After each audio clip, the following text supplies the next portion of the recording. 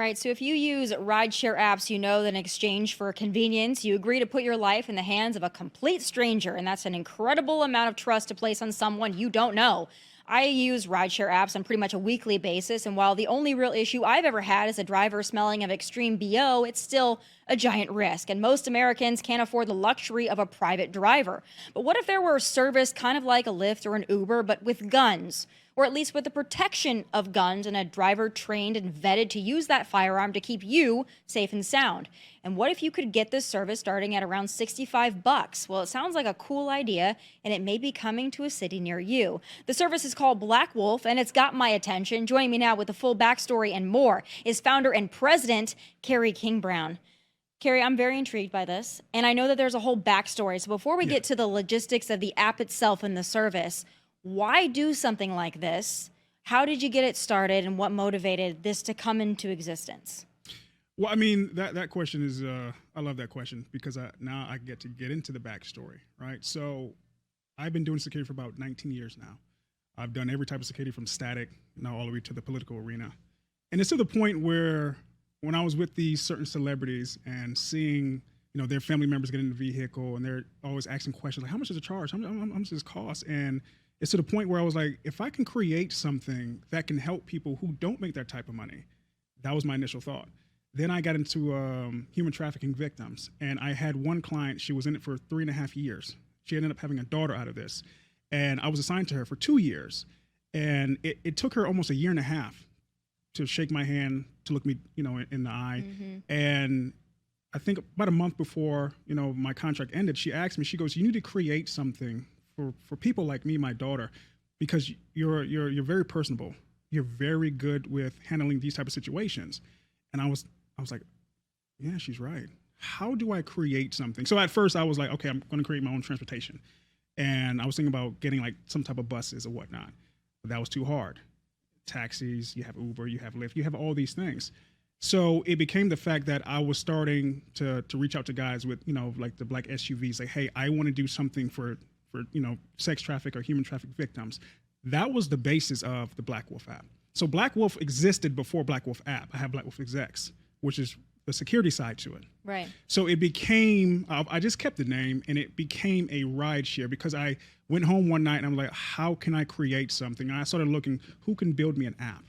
So that's how it came. So the backstory is human trafficking, and that is what the BlackWolf app, that's why it was created, to protect those who were harmed, who were raped, who were in that industry. We want to protect and help those. Then it started going to, well, what about those who haven't been in the industry? Let's prevent it. Right. We don't want it to happen. So that's the backstory of the BlackWolf app. And I want people to understand that, yes, it has armed drivers. Yes, it has unarmed drivers, but they're both the same way. They're both vetted. They're both the same driver. So we go through this long, vigorous process of hiring to make sure that when you get in that vehicle, your driver's credentials. You know for a fact if you're getting in, if you're feeling woozy or you're sleepy, you're tired. When you get to your house, you're going to wake up. That driver's going to open the door, is going to escort you to your door. That's the thing that I wanted to create. I wanted to create something where it's the same way Drake and Kim Kardashian could have the bodyguard, so can you. And it's feasible. And it allows people that comfort of knowing that although they might not know their driver personally, you know that they've been vetted. I've had questions for years about some of these rideshare apps because they say that they vet people. I've had plenty of people pick me up where their car didn't match the car on the app. The person didn't look like the person on the app. It seemed pretty different. And now you've got all these questions about who's driving you. And there's been a number of high profile incidents where that driver themselves have then assaulted or attacked or otherwise harmed the rider. And especially with young women in this country right now, there's a big vulnerability there. You're putting your life in somebody else's hands. And of course, they've got the little things where you can track yourself or whatever, but that still doesn't give people a lot of comfort.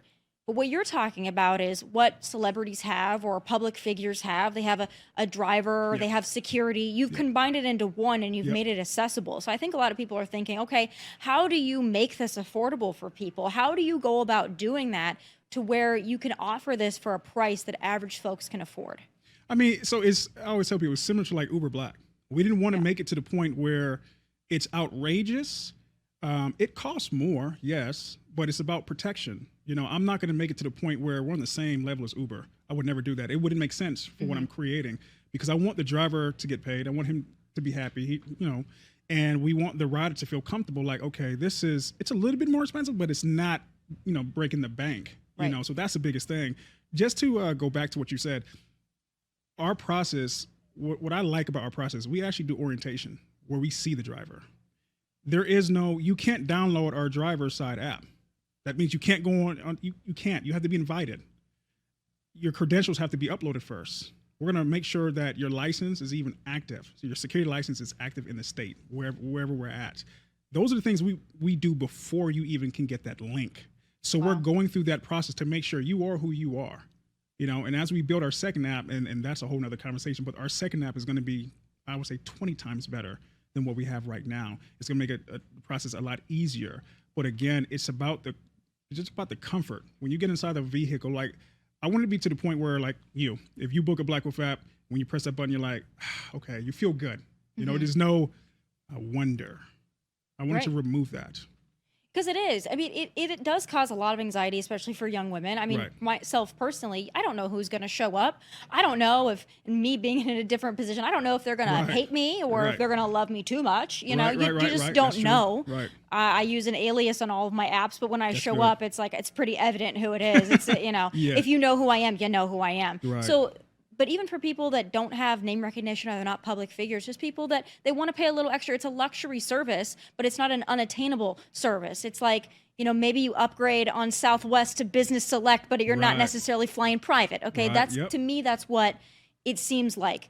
But what is the vetting process like? Because there are people out there that go, oh, you got drivers with guns. I see this going awry. Yeah. And you screen these people, but what is that screening process like for you? And how do you make sure that the people that are actually armed should be armed and they're trained to be armed? So how it works is this, and I'm going to say this, a lot of these drivers come to us. We haven't reached out to not one driver. So the vetting process goes, they'll fill out a normal application on our website. So it goes to our support team. Before we even reach back out to them, we're going to pull all their credentials in. So there's a part where they can upload all their credentials. The first part is we make sure that, of course, we're running their name, doing our background check. So it's a level 4 comprehensive background check. What that means is we're going back to first grade. We're going to make sure you don't have any type of criminal records. That's before we even talk to you. Then once we do that, once it goes to the orientation, which is the orientations like this, we want to vet you by your body posture, how you speak, how your eyes are, because that's something that I went through going through Gavin de Becker when you do the polygraph test. Oh, wow. Okay, I have even more questions now. Right. So I'll let you finish and then I've got questions. Right. So it's that, and then it gets into the point where now we're going to say, okay, show me your credentials, right? So a lot of people will apply and say, oh, I have 4 years of military. Because our minimum is 4 years of military, law enforcement, or those in the private sector. It's a 4-year minimum. If you have 3 years, we don't care. We don't care if you're the best or not. It's a 4-year minimum. That's something that I'm holding to. Then once they go through that, they go through the orientation process where they're being vetted. And as they're being vetted, we're actually looking up their credentials while we're doing the interview. And if we're going through the interview and we see in the state that it's expired, we're going to say, okay, you applied for ARM. You're a premium driver because your license expired. So we have a CRM system. And in the CRM system, it goes to every single thing. It'll alert us when your license is like maybe 6 months out. Wow. Your security license 4 months out. It could be the day before. Say, hey, you do know if this expires, you're going to go down to a premium driver. You're no longer armed. So it's things like that in our system where if you are a armed driver, we can have a special pinpoint where if an armed ride comes in and goes directly to the armed driver, it's not going to the premium driver. So it's things like that we've been setting up and vetting in our own process to make sure that we're actually doing what we're saying we're doing, And of course, nobody's perfect, but at the end of the day, we're striving to be that. But again, so the question you wanted to ask me about the... So you brought up Gavin de Becker, which I think is really interesting. And I'll tell you my experience. I used to work the same network as Glenn Beck, who used Okay. Gavin DeBecker's private services, and he Yep. had an armed person with him Yep. at all times outside of his home, and he always had that level of security. Yep. And I know that that's a, obviously a premium personal security company. But then I also was very interested in watching this process for so many years, and I read his book, The Gift of Fear, and that's the book that I tell every young woman to read. All my friends, I say, read The Gift of Fear, because there's a lot in it about how to protect yourself if you're a public figure or just a young woman, how to trust your instincts, how to trust your paranoia. It's okay to be paranoid, Right. and it's better to be paranoid and wrong than to push that aside and then end up in a really bad, precarious situation. Exactly. But speaking to that background there, because now I'm very curious, Yeah. and in your background, beyond just the app, what makes you tick? What makes you the perfect person to create an app like this? Tell me about that background for you and what this has meant to you in your life pre-BlackWolf. That's a loaded question. I mean, I'm an athlete, right? Played football. And I remember when I was 5 years old, my mom was cleaning our pool. We had an above ground pool. And I was holding the cord, and she was draining all the water out. And this is how security started. So this is how I knew I had a love for protecting people. She goes, if you drop that cord, I'm going to get electrocuted. Man, I wrapped that cord around my hand, and I was holding it like this because I didn't want anything to happen to my mom. So from that day, I was like, okay, it's something about protecting people. I got into security when I was 15 years old. Wow. I started with the mayor of Atlanta, Kasim Reed. They were having like an all-white party. And I was 15 years old, but I was pretty big. I was standing at the door. And at the end, a couple of the political people, they were like, hey, man, who's that kid? Like, he's really good. I'm 15 years old. I'm just standing at the door because I look big. And from that, I'm like, I like this. This is dope. If I don't play football, I'm going to protect people. So it's always been in my nature. It was always football or security. And when football ran its course, I went straight into security. I went full force because I love protecting people. It's something to the point where I don't have to get paid. That's how much I love it. Like, it's exciting. Started going through that. I went through Gavin DeBecker. Now, if you read that book, Gavin DeBecker is similar to Secret Service, the training. It's in Glendale, Arizona. So it's like in this boys' ranch. It's weird. And it's hard. It's extremely hard. The mile was pretty easy. The fighting, the safe house, defensive driving, tactical training. Then you have classroom, and you always have to wear a suit. And I'm like, okay, I'm dark skinned and I'm in California and it's hot as hell and I always have to wear a suit. And I'm like, this is crazy. But again, the training, that right there, that type of training, it gives you the insight of what people really want. Then I did static. I've done commercial. I've been overseas. I've done extractions. Wow. I've been to Nigeria where we did a extraction for the Chibok girls. Wow. The Boko Haram. Yeah. They had kidnapped them. Wow. That was human trafficking. For people that don't know, it was the Bring Back Our Girls. That was the whole, that whole thing. Yeah. That got a lot of media attention. And that right there was different, to actually go out there and see it like firsthand in a whole different country, and to see little girls dead on the street, crying. And that's what said, you know what? That's where BlackWolf was born. And I was like, I got to do something. Like, I've always felt special. I've always felt like, okay, I'm supposed to do something. And I feel like everybody who's doing great things feel the same way. But that was it. That was where BlackWolf was really born, into protecting. And like I said, it meant a lot to me. And I've done hip hop. I've done celebrities. I've done athletes. But I feel like the most exciting is politicians. Like I told you, I was with Steve Bannon yesterday, and then flew in yesterday, and I drove all the way here just to come be with you. Wow. But even with Steve Bannon, and Marjorie and Eric Prince and Trump, it's a different space when it comes to protecting. But even when I sat down with them, they were like, what you're creating is smart, because people need it and America needs it. Because again, half of America can't afford it. But if you can make it affordable, if you can make it, like, the brand BlackWolf itself is what's drawing people in. And I wanted it to be special. I wanted it to be America's baby. That's what I want it to be.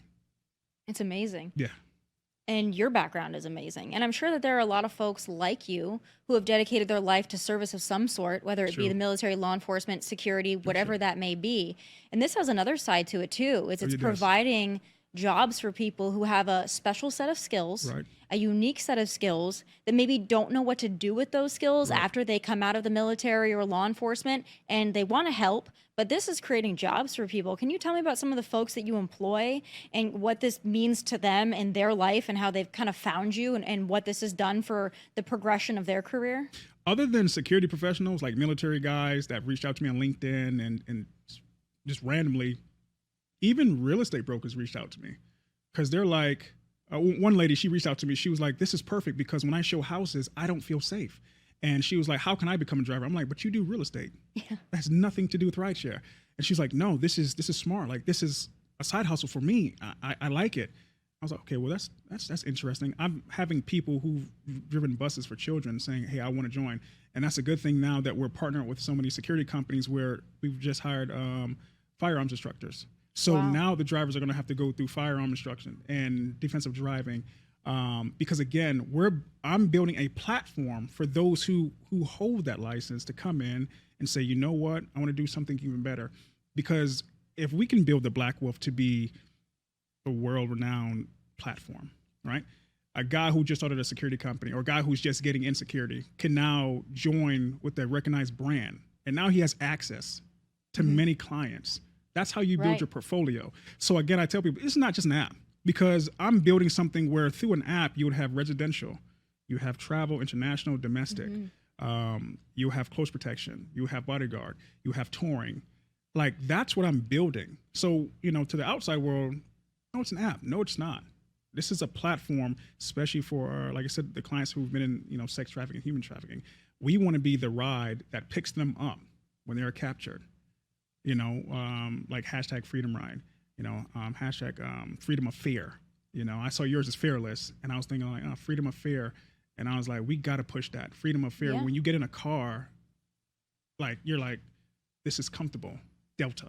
I want to be Delta, basically. I don't want to be Frontier. Don't want to be Spirit. No.